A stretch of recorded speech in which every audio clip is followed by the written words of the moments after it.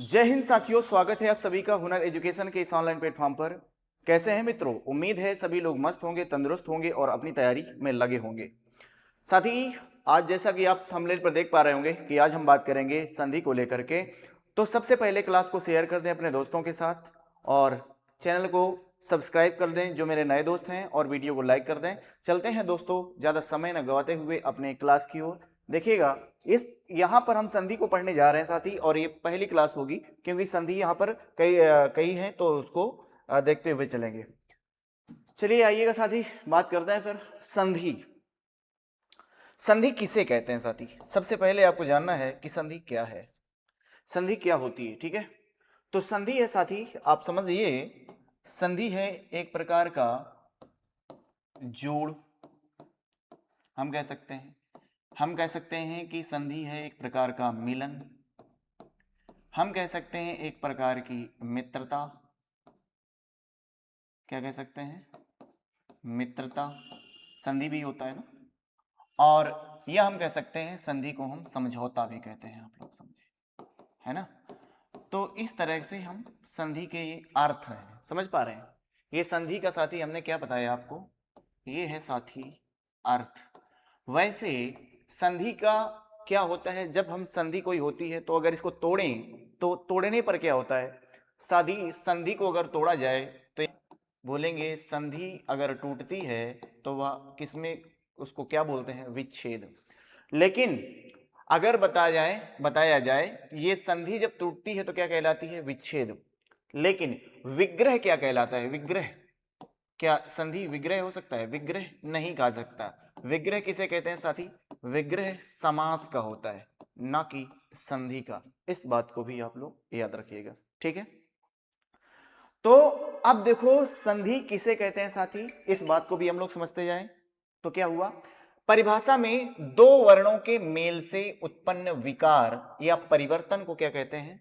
दो वर्ण हैं, उनके मेल से जो विकार होता है, जो नया शब्द बनता है, हम कह सकते हैं, हम यहां पर विकार ही है, अर्थात हम कह सकते हैं जो नया शब्द बनता है या नया शब्द का निर्माण, नए शब्द का निर्माण हो जाए, है ना, या उसमें परिवर्तन हो जाए, उसमें बदलाव हो जाए, वही क्या होता है साथी, संधि कहलाता है।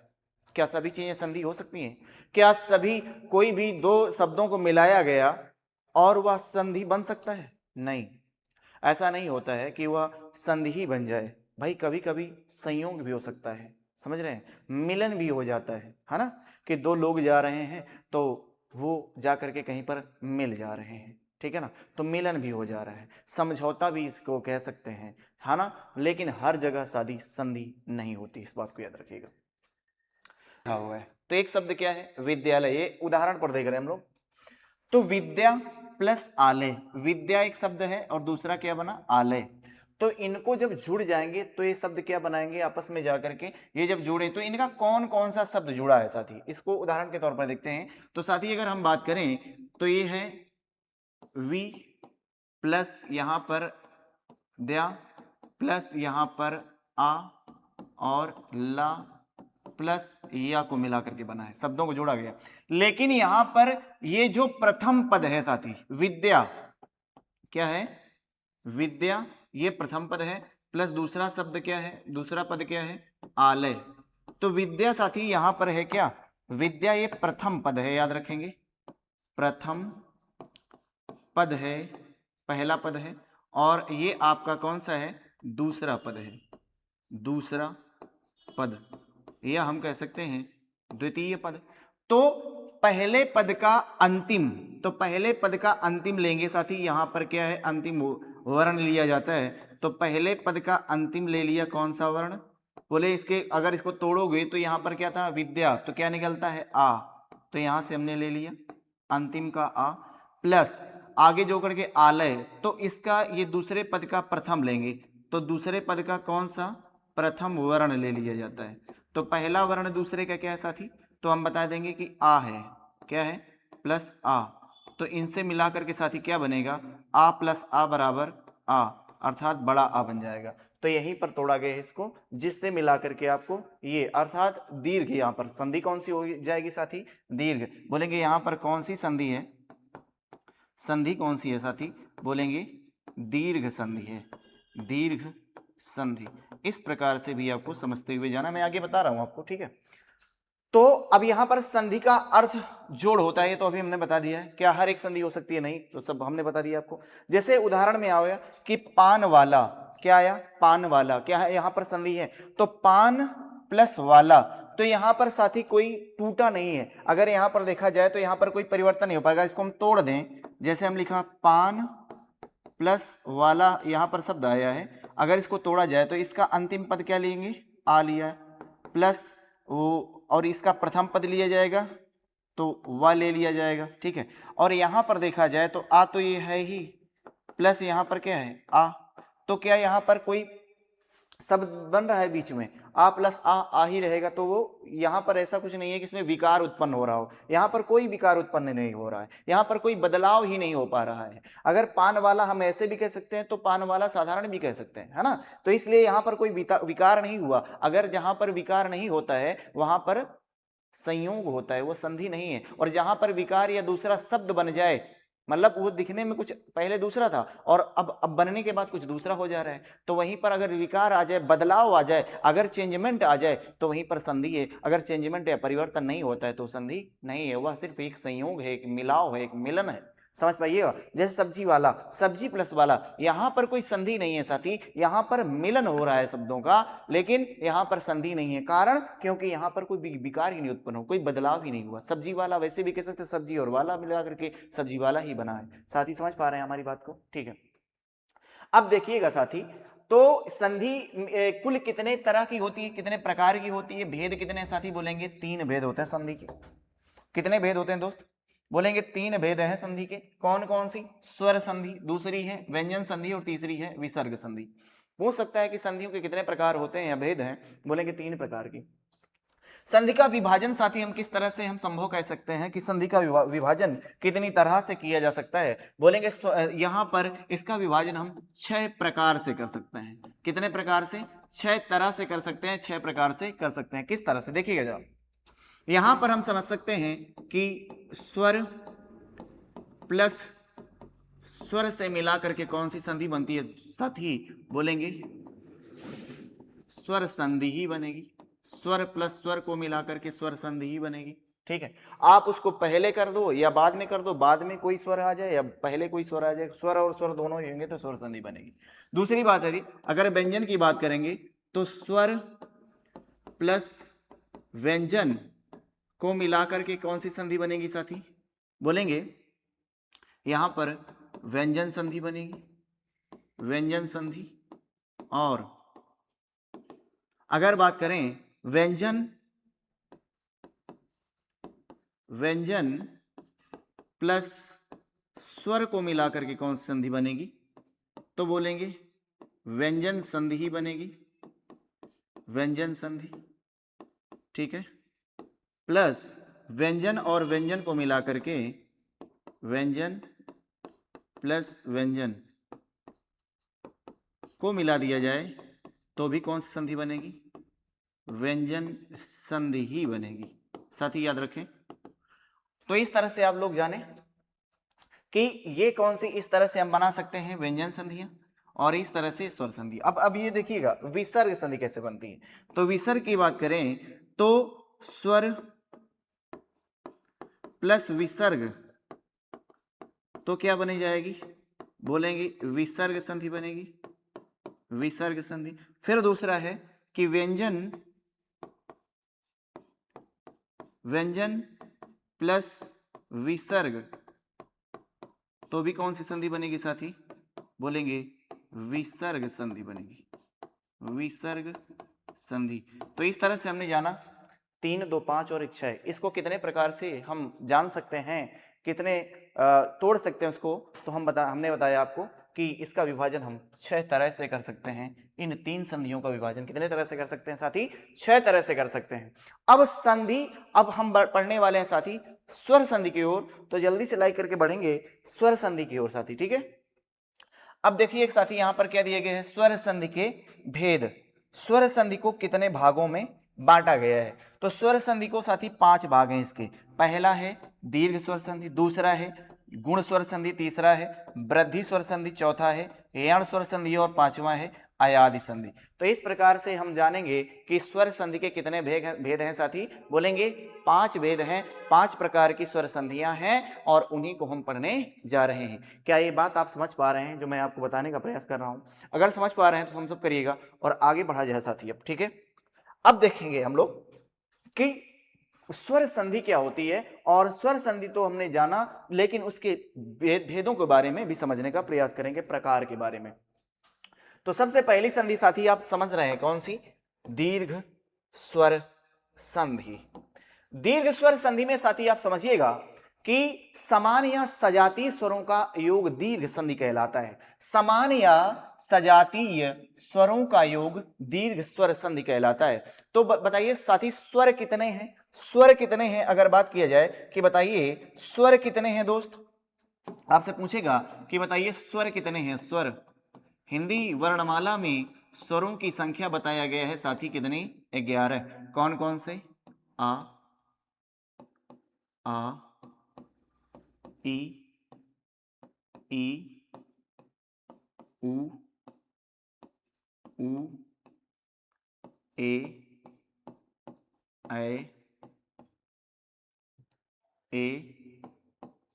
ऐ ओ औ और ये री। ठीक है, तो इस तरह से आप जानेंगे 1 2 3 4 5 6 7 8 9 10 11। कितने हो गए साथी? 11।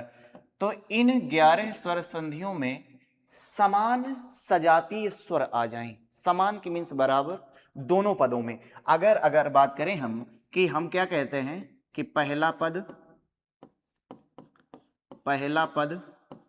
और यहां पर पहला पद होगा साथी, प्लस यहां क्या करेंगे, ये होगा आपका दूसरा पद। तो पहले पद का अंतिम वर्ण, पहले पद का कौन सा होगा साथी? ये अंतिम, यहां से पहले लेके तो इसका अंतिम। तो पहले पद का साथी क्या लेते हैं? अंतिम वर्ण प्लस दूसरे पद का प्रथम वर्ण। तो दूसरे पद का प्रथम वर्ण लिया जाता है और इसका अंतिम वर्ण लिया जाता है।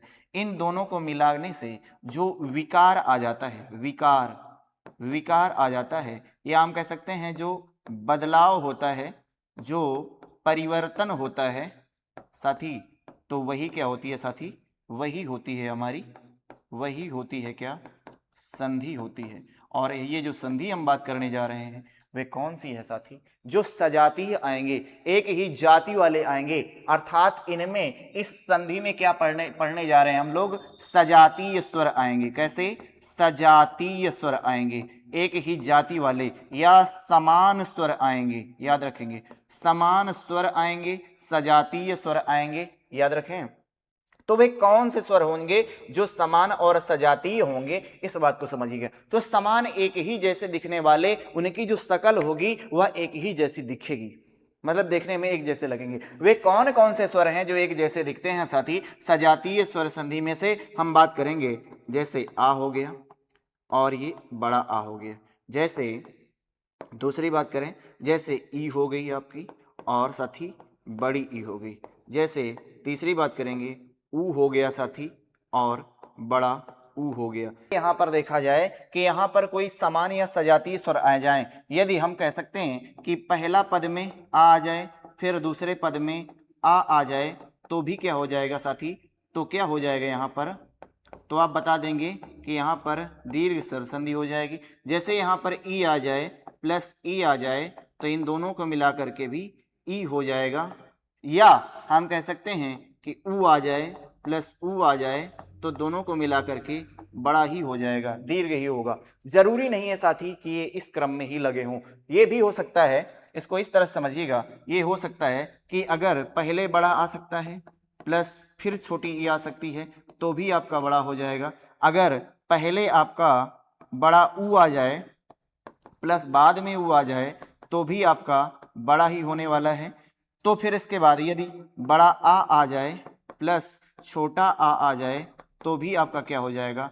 बड़ा आ ही हो जाएगा। तो इस प्रकार से आप समझेंगे कि इनको हम इस तरह से समझ सकते हैं। तो यहां पर साथ ही समझेंगे क्या, धर्म प्लस आत्मा, धर्मात्मा हो गया। जैसे शिक्षा प्लस अर्थी, तो शिक्षार्थी हो जाएगा। अच्छा, अर्थात हम देखेंगे पहला पद, जैसे हमने लिखा कि शिक्षार्थी, क्या लिखा है, शिक्षार्थी लिखा हुआ है, शिक्षार्थी। तो इसको हम तोड़ें क्या, तो मिलेगा शिक्षा प्लस अर्थी। अर्थी मीन्स क्या है, अर्न करने वाला, शिक्षा मतलब ग्रहण करने वाला, कमाने वाला, शिक्षा मतलब विद्या, शिक्षा हो गई। तो यहाँ ये क्या क्या हो गया, ये है साथी पहला पद हो गया, और ये है आपका दूसरा पद, ये है आपका कौन सा, दूसरा पद। तो पहले पद का अंतिम वर्ण, और अंतिम वर्ण में छा है, और छा का क्या है, यहां पर निकालेंगे तो यहां पर निकलेगा बड़ा आ, प्लस यहां पर देखेंगे अर्थी, आ छोटा है, तो ये मिलाकर क्या बना साथी, बड़ा आ, अर्थात क्या बना, ये शिक्षार्थी।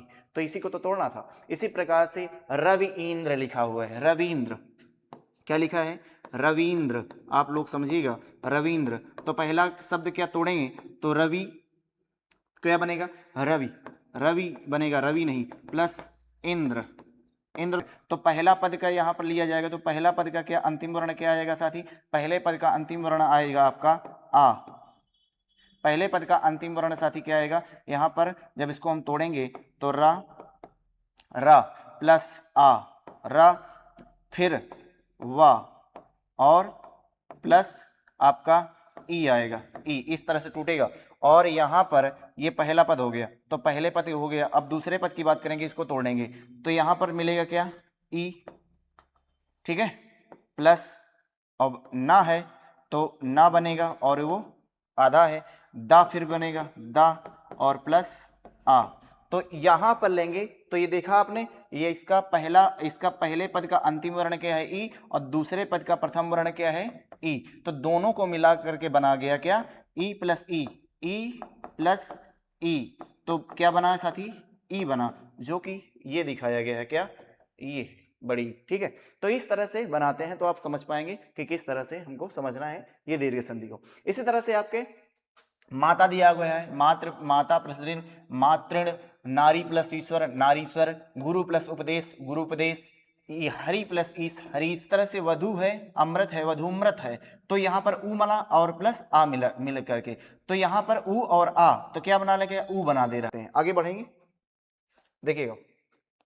अब आगे आप चलेंगे तो गुण स्वर संधि की ओर बढ़ते हैं, ठीक है। गुण स्वर संधि क्या है, गुण स्वर संधि को आप कैसे पहचानेंगे, इसको भी समझिएगा। देखिएगा कि गुण स्वर संधि क्या होती है। तो अगर इसकी परिभाषा के साथ ही बात करें कि क्या परिभाषा होती है, तो आप लोग समझिएगा परिभाषा, डेफिनेशन क्या होती है, परिभाषा जानिएगा इसकी। यदि आ या आ के बाद क्या, यदि वाक्य में आ या बड़ा आ के बाद कौन सा क्या आए, बोलेंगे ई, आ के बाद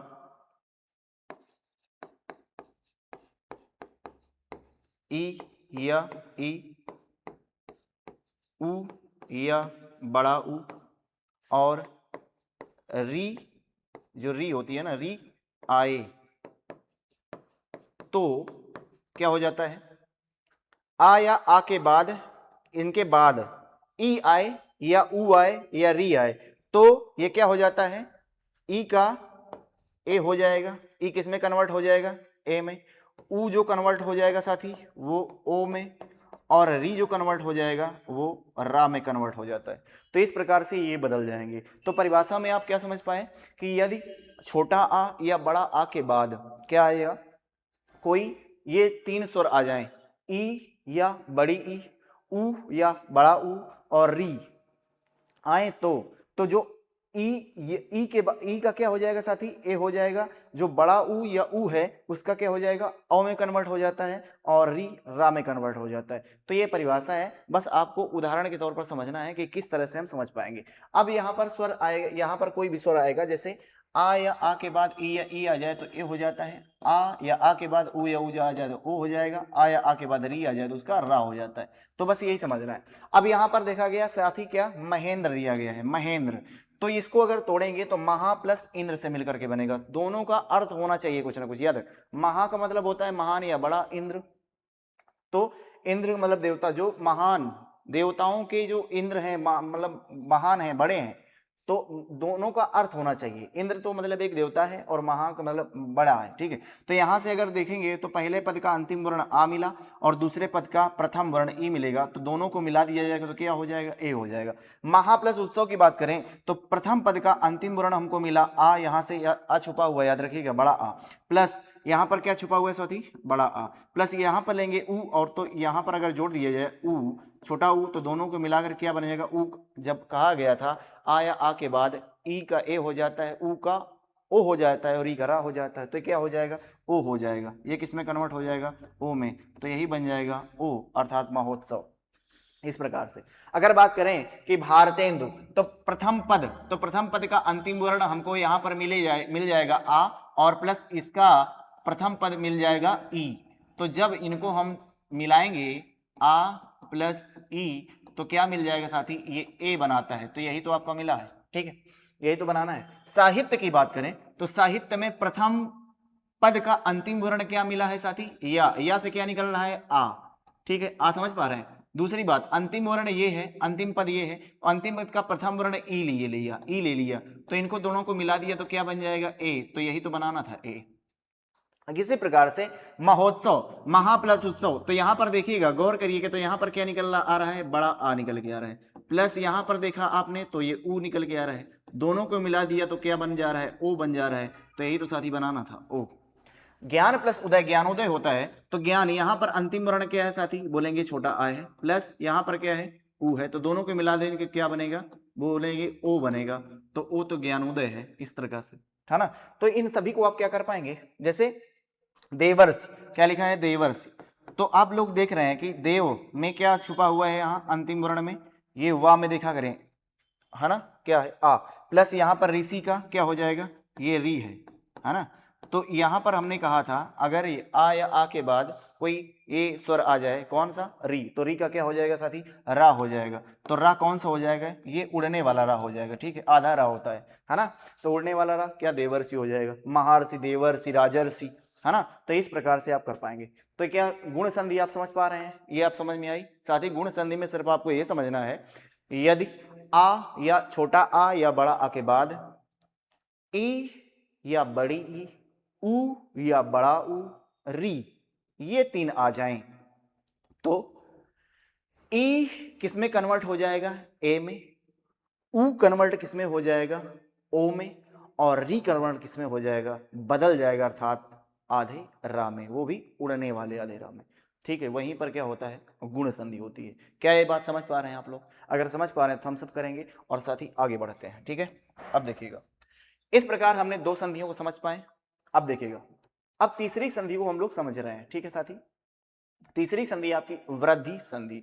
वृद्धि का मतलब होता है यहां पर बढ़ने से, है ना, बढ़ने से वृद्धि संधि हो, कैसे हो गए, तो वृद्धि संधि यहां पर वृद्धि स्वर संधि की साथी बात करें, तीसरी संधि हमारी चल रही है, और यहां पर आप देख पाएंगे कि नियम में क्या दिया गया है यहां पर कि आ या बड़ा आ प्लस ए या ऐ, तो इनको क्या हो जाता है जब ये दोनों मिलते हैं, आ या आ जोड़ें, या आ या आ के बाद ए आए और या ऐ आए, तो दोनों को मिलाकर के क्या हो जाएगा, ऐ ही बनेगा।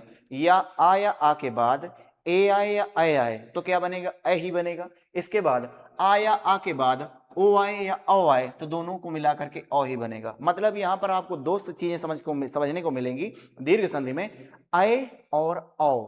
अगर कोई भी शब्द दिया गया है तो वहां पर पूरा शब्द दिया गया है, वहां पर ऐ या औ आए तो अगर तोड़ा जाए तो वो मिलाकर के भी बनने चाहिए, इस बात को आपको समझना है, ठीक है। अब उदाहरण को देख लेते हैं, जैसे लिखा गया है साथी एकाएक, एकाएक लिखा गया। अब इसको तोड़ेंगे तो जब तोड़ना आना चाहिए, एक प्लस एक, ऐसा तोड़ो जिसका कोई अर्थ निकलना चाहिए, याद रखें जिसका कोई अर्थ होना चाहिए।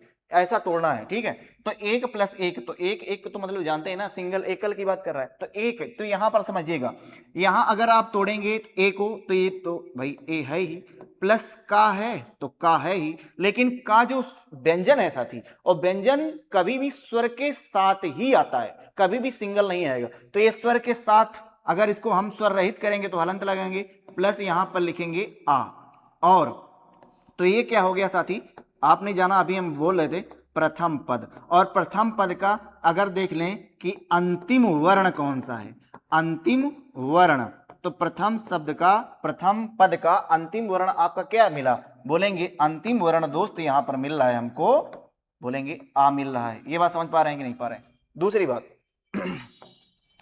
अब अगर बात करें कि दूसरा पद क्या है, तो प्रथम पद ये हो गया, अब दूसरा पद की बात करेंगे, तो दूसरे पद में अगर देखें तो यहां पर आपको मिलेगा ए प्लस, अब ए के बाद कुछ आ रहा है, ए तो है ही स्वर, तो स्वर तो हमेशा सिंगल ही होता है ना, उसमें कोई बात ही नहीं।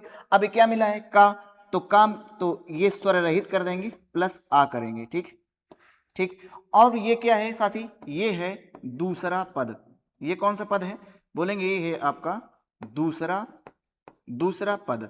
तो प्रथम पद का अंतिम वर्ण और दूसरे पद का प्रथम वर्ण लेंगे, तो यहां पर कौन सा शब्द लेंगे साथी, वर्ण, तो प्रथम वर्ण लेंगे। तो प्रथम वर्ण यहां पर है क्या, ए है, क्या है साथी, ए है।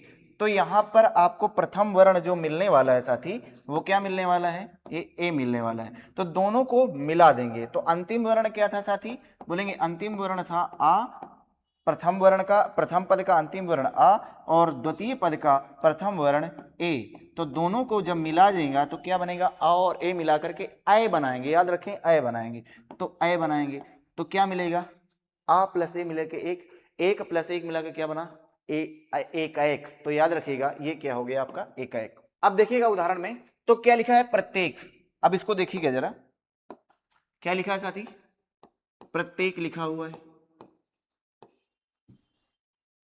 क्या लिखा है साथी, बोलेंगे प्रत्येक लिखा हुआ है, इसको तोड़ेंगे कैसे, प्रति प्लस एक में तोड़ेंगे। अगर देखा जाए तो ये हम अभी तक समझ रहे थे कि ये साथी क्या है, प्रथम पद, और प्रथम पद का क्या लेते हैं, अंतिम, अंतिम वर्ण लेते हैं। प्रथम पद का अंतिम वर्ण क्या है साथी, बोलेंगे ती है, ती में काहे की मात्रा निकल रही, ई की मात्रा निकल रही, और भी कैसी, छोटी ई, प्लस अब यह है कौन सा, बोलेंगे दूसरा, दूसरा पद, और दूसरे पद का प्रथम वर्ण लेते हैं, प्रथम वर्ण लेते हैं। दूसरे पद का प्रथम वर्ण क्या है, बोलेंगे ए है, ए है।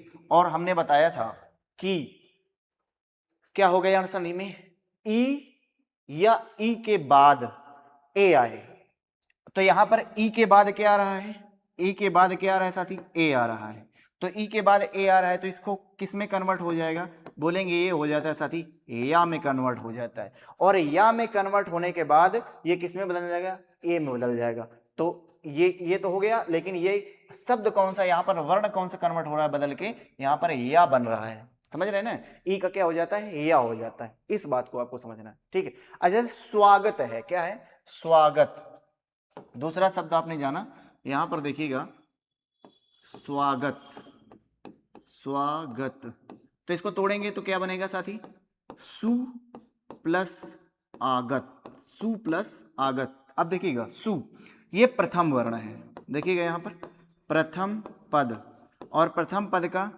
अंतिम वर्ण लेते हैं, तो अंतिम वर्ण यहां पर साथी क्या है, बोलेंगे अंतिम वर्ण, तो प्रथम पद का अंतिम कह लें या पहला ही है, वो टूटा हुआ है, तो अंतिम कहें या पहला कह लें, तो यहां पर क्या मिल रहा है साथी, ऊ मिल रहा है, प्लस यहां पर देखेंगे कि ये है दूसरा, दूसरा पद, और दूसरे पद का क्या लेते हैं, प्रथम वर्ण लेते हैं, प्रथम वर्ण, दूसरे पद का प्रथम वर्ण क्या है साथी, बोलेंगे आ है, क्या है, आ है, ठीक है। तो ये हो जाता है साथी, समझ पा रहे हैं, चलिए आगे बढ़ा जाए, आगे बढ़े, चलिएगा। अगर और भी समझना चाहे तो अब देखिएगा, शब्द लिखा है यहां पर आया इत्यादि, इत्यादि लिखा हुआ है, तो इत्यादि को तोड़ेंगे तो कैसे बनेगा साथी, इति प्लस आदि, तो प्रथम पद का अंतिम वर्ण लें तो क्या बनेगा साथी, यहाँ पर ई मिल रहा है छोटी प्लस, यहाँ पर क्या मिल रहा है, आ मिल रहा है। तो हमने बताया था ई का क्या हो जाता है, ई का क्या हो जाता है साथी, या हो जाता है। तो ये किस में कन्वर्ट हो जाएगा, और यहाँ पर आ लिखा हो तो मात्रा वही चढ़ा देंगे, ई का क्या हो जाएगा या, और मात्रा है आ की तो या लिखेंगे तो या हो जाएगा। तो ये बनेगा आपका इत्यादि। देखिएगा साथी अयादि संधि, अयाद संधि को समझेंगे कि अयाद संधि में क्या होता है, परिभाषा इसको देख लेते हैं। अयादि संधि की क्या परिभाषा है, इसको थोड़ा समझिएगा परिभाषा, ठीक है। परिभाषा समझिए, यदि ए आए ओ और औ, कौन कौन से, ए आए ओ और औ के बाद कोई स्वर आए, कोई स्वर आए तो ए का साथी क्या हो जाएगा, आय हो जाता है, और आय जो कन्वर्ट हो जाता है वह आय में कन्वर्ट हो जाता है, ठीक है। और ओ जो होता है साथी वह औ में कन्वर्ट हो जाता है, और औ जो होता है औ वह आव में कन्वर्ट हो जाता है, ठीक है, याद रखेंगे। अब यहां पर जैसे चीजें मिलेंगी आपको, जैसे उदाहरण में दिया गया है, जैसे चयन है तो चय प्लस अन, तो इसको अगर तोड़ेंगे तो चय बनेगा, चय में ए की आय की मात्रा, चय प्लस अन, नय प्लस अन, है ना, विनय प्लस वी प्लस नय विनय, चायन चय प्लस आयन, है ना। तो इस तरह से आप समझ पाएंगे कि क्या होता है। तो यहाँ पर शब्द आएंगे आपको, अगर देखा जाए तो यहाँ पर आपको मिलेंगे आय आय आओ और आओ, उन्हीं के हिसाब से लव पाव भाव धाव, इस तरह से आप समझ पाएंगे। तो ये थी साथी अयादि संधि। तो हमने जाना आज क्या, संधि और स्वर संधि और उसके 5 प्रकार, ठीक है। साथी अगली क्लास में मिलेंगे तो वहां पर हम बात करेंगे व्यंजन संधि के बारे में। उम्मीद है ये क्लास आपको समझ में आएगी और इसको देखेंगे आप लोग। अगली क्लास में मिलते हैं साथी, तब तक के लिए देखेंगे। और जो भी मेरे नए दोस्त हैं तो चैनल को सब्सक्राइब कर लें, जिससे आने वाला नोटिफिकेशन मिलता रहे आपको। वीडियो को लाइक करिएगा साथी, कमेंट के माध्यम से हमें बताते रहें। मिलते हैं साथी नेक्स्ट क्लास में। जय हिंद, जय भारत, थैंक यू।